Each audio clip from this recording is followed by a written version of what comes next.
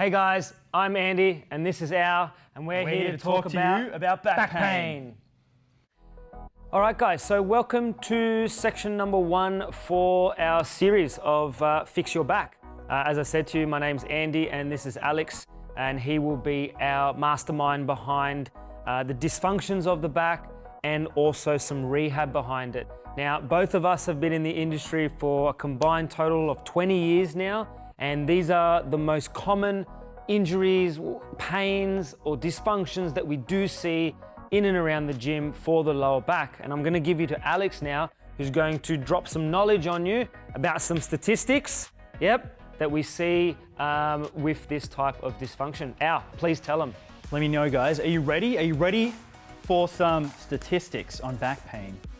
Did you know that 95% of people will suffer from some kind of back pain in their life? That's 95%, nearly everyone.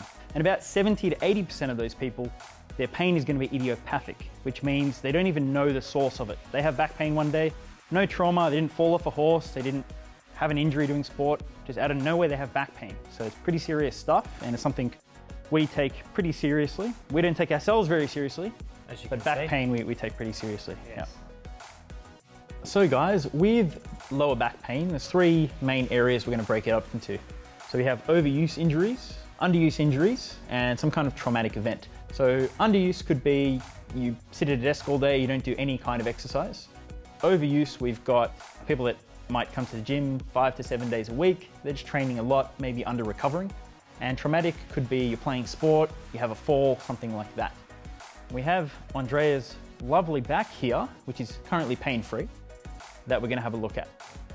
So the most common places we tend to see our clients have back pain in are going to be around the lower part. So we look at sort of L3, L4, L5, even down to S1, which is the start of the sacrum. And they'll tend to have it centralized or maybe off to one side or both sides. They can potentially even be some kind of referral down through the sciatic nerve down to the leg, and sometimes through a big muscle in the lower back called the QL. Could be on one side or the other. So we're going to talk about 3 main common dysfunctions we see in the gym. Andrea here, he's on his iPad, he's typing away, having some fun, probably playing Angry Birds or Minecraft or something. And you see how he's got this really flexed spine, this sort of forward head posture. This tends to lend itself to really bad back pain, neck pain. And if we can do some things to help fix this posture over time, we can take this person out of back pain. Another really common dysfunction we see is not a static posture, but a dynamic one. So Andrea's gonna go pick up this ball. Stop. So you see this flex spine once again, we see it appearing. So a lot of people, they don't use the legs, they don't use the quads, hamstrings, glutes. They try and overuse that lower back to pick things up. So I'm gonna get him to fix his back up. So I'm gonna drop the hips down, straighten the back up, chest up, boom, go for it. Yeah.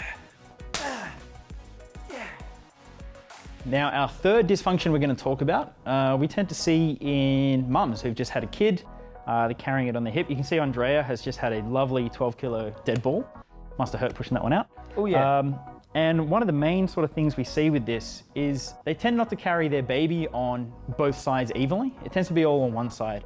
So over time, you get this stretching of the hip and the muscles on one side of the hip, and you get this tightening up or jamming in the other side of the lower back, and that can cause some pretty bad back pain after a while. Hopefully not that heavy. If your baby's that heavy, we recommend maybe get a pram or something like that.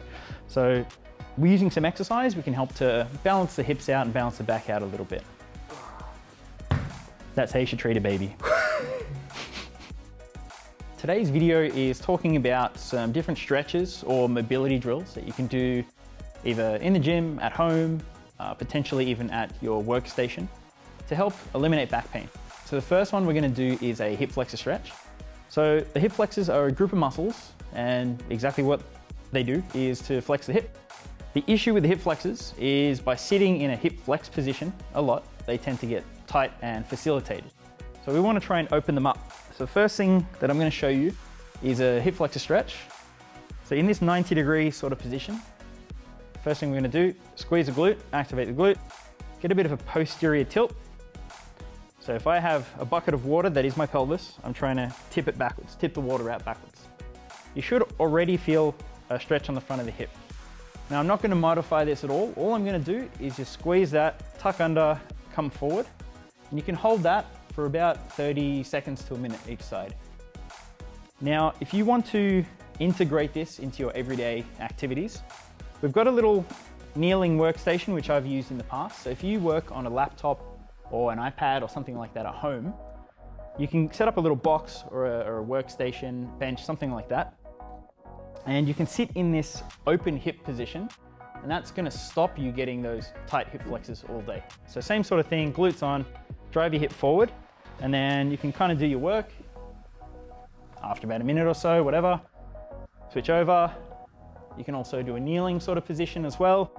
There's a bunch of different positions, so you don't have to sit down all day. You can also do this standing if you have a standing desk, or even like a treadmill desk, we recommend as well. That's one of the first fixes we're gonna look at. Okay guys, so this is number 2 for our corrective exercise / stretches that we can do to help with back pain. So we're gonna be concentrating a little bit more on thoracic pain and cervical pain, so neck and upper back. I'm gonna get Andy to pop the band behind his neck. So this is sort of a medium strength band we got here. Make sure it's at the base of the neck, we don't have it on the middle of the neck. I like to even tuck the shirt up a little bit and have it under. Then he's gonna bring his arms out straight in front of him, lock the elbows. So I'll get him to actually drop forward into a forward head posture, so lifting the head a little bit. Good. That's the kind of dysfunction we wanna fix. So he's gonna stretch all the muscles that we wanna stretch. Now, he's gonna press back into my hand whilst tucking his chin, so lifting that head. Beautiful. So all these stabilizers, the deep neck flexors on the front, we're gonna help strengthen them. And we're also gonna stretch all those tight extensors on the back that create that tilt backwards. So dropping forward again, yeah, lifting the head, and then coming back, tucking the chin. Beautiful. So you could usually do about 3 sets of 12 to 15. You can do these at home, do them at work, whatever. And we wanna make sure we always do it spine nice and straight, and then holding at that tucked position. Okay guys, this is our 3rd common dysfunction that we have. We were talking about when mothers have a baby on one side, they tend to hold them on the one side. That will get a lot of stretching on this side of the hip, on the glute. They'll tend to get a weak glute medius, and they'll tend to jam up and get quite tight on the other side. So this is a good fix for that. We've got Andy here, lying on a Swiss ball, and he's lying on his right side. So if you tend to hold your baby on the right side a lot, lie on your right side. If you hold on the left, lie on your left. So what we're looking at is a nice straight body. We don't want him rotated forwards or backwards. And we've got this front leg bent, back leg straight. And we're just trying to open up this side, this left side of the hip and back. And we're technically shortening a little bit on this side. So that's the first stretch we're gonna do. You can do that a few times. If you're someone that does suffer from back pain on one side, this may help as well. Okay, now we're gonna work on some glute medius activation. We're only gonna do it on the one side because it tends to be the side that you hold your baby on, that tends to be the side that gets pretty weak. So we've done the stretch on the Swiss ball to stretch open the left side. Now we're gonna activate the right side. So Andy's lying on his left side on the ground. Once again, I want his body pretty straight. He's not rotated forward, not rotated back. So this top leg, I'm gonna get him to get it slightly behind his bottom leg, keep it in extension. Now, all he's going to do is try and move from the hip, and he's gonna lift the leg up, making sure the toe doesn't point down or point up, it's pointing straight forward at all times. So as he's lifting up and down, he's gonna get some glute activation on the side there, just making sure the leg stays behind the bottom leg. If you do wanna make this one harder, you can add a little ankle weight on the thigh. If you wanna make it even harder, you can add the ankle weight to the ankle. So further out from the hip makes it a little bit harder. You can also use a band for this. If you can't do 3 sets of 10 to 15, that's fine. You just do the exercise to tolerance. So that could be 6, 8 reps, whatever. If you do start to fatigue, just stop, rest a minute or so, and then go again. Okay guys, we've got 3 simple core exercises that we can do to help fix some dysfunction in your back. We've got Andy here lying down on his back. First one we're gonna do is a supine glute bridge. So he's gonna have his feet a little bit further forward. Good. Slightly wider than hip width apart. He's gonna draw his belly in a little bit. He's gonna tense his ab. So it's imagine I'm gonna punch him in the stomach. He's tensing a little bit. And then from there, he's gonna squeeze his glutes and drive up to the ceiling. Now what we don't wanna see is too much arch in the lower back. We wanna stay tight in the abs, belly drawn in, and then he's gonna come back down. So a few variations you can do. You can go for reps, providing there's no pain associated. So Andy's going a bit quick there. We wanna go nice and slow. A couple seconds up, hold, a couple seconds down. I like to use about 12 to 15 reps, or you can do maybe a 30-second hold for 3 sets. Okay guys, now we've got another exercise, lower ab leg lifts or reverse crunch, a couple names for it.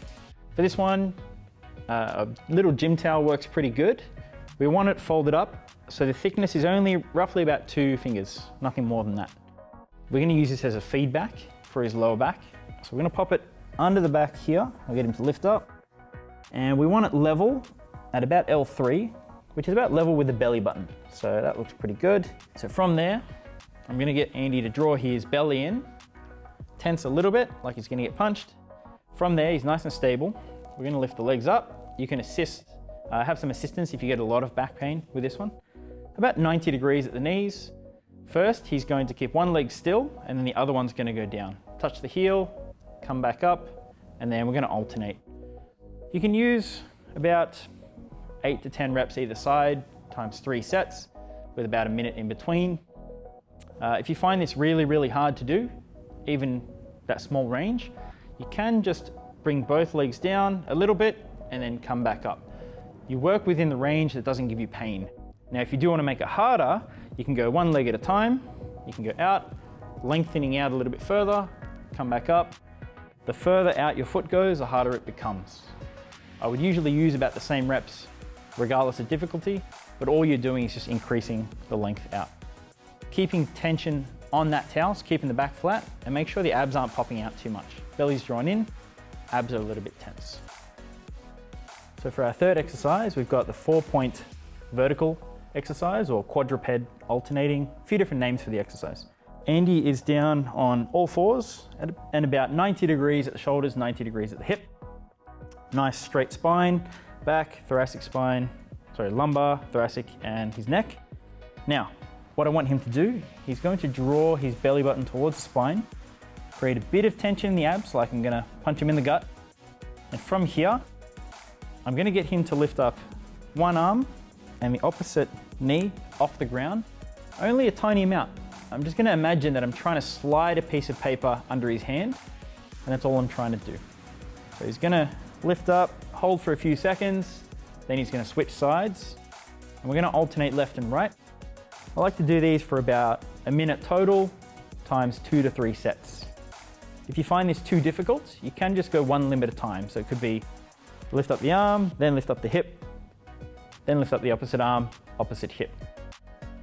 I'd love to thank Alex for coming down and helping us out with dissecting the back and the dysfunctions placed around it. And guys, if anything resonates here with you today, whether it's the exercises, the rehabilitation, or any of the movements, Alex and myself this year have helped a number of people with back pain, not so much in the traumatic sense. If it is something of a trauma-based injury or pain, we would like you to go and see an allied health professional. However, if you are someone that's just in the haven't used it enough, or I'm using it too much and just lots of aches and pains in that mid to lower back, we are your guys to come and speak to. We've got a great program here for you at M9.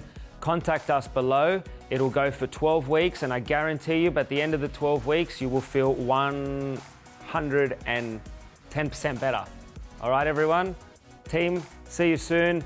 Me and Al, M9's Fix Your Back, Series 1, over and complete. Booyakasha. See you soon, guys.